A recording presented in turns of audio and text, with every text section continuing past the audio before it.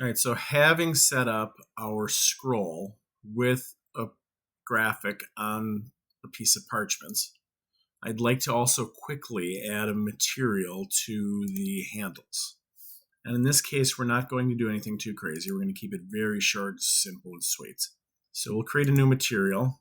We can call it, we'll just call it handles or scroll handles.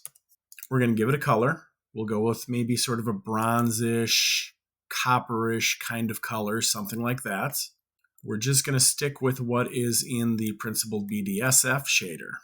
So we can modify those values here in the shading area or in the materials area on the side.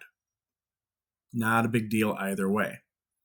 But what we'll do is we'll give the metallic, we will grab the metallic value and take it up quite a bit.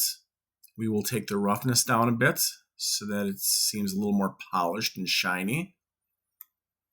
And we might just leave it at that. Simple, easy to the point.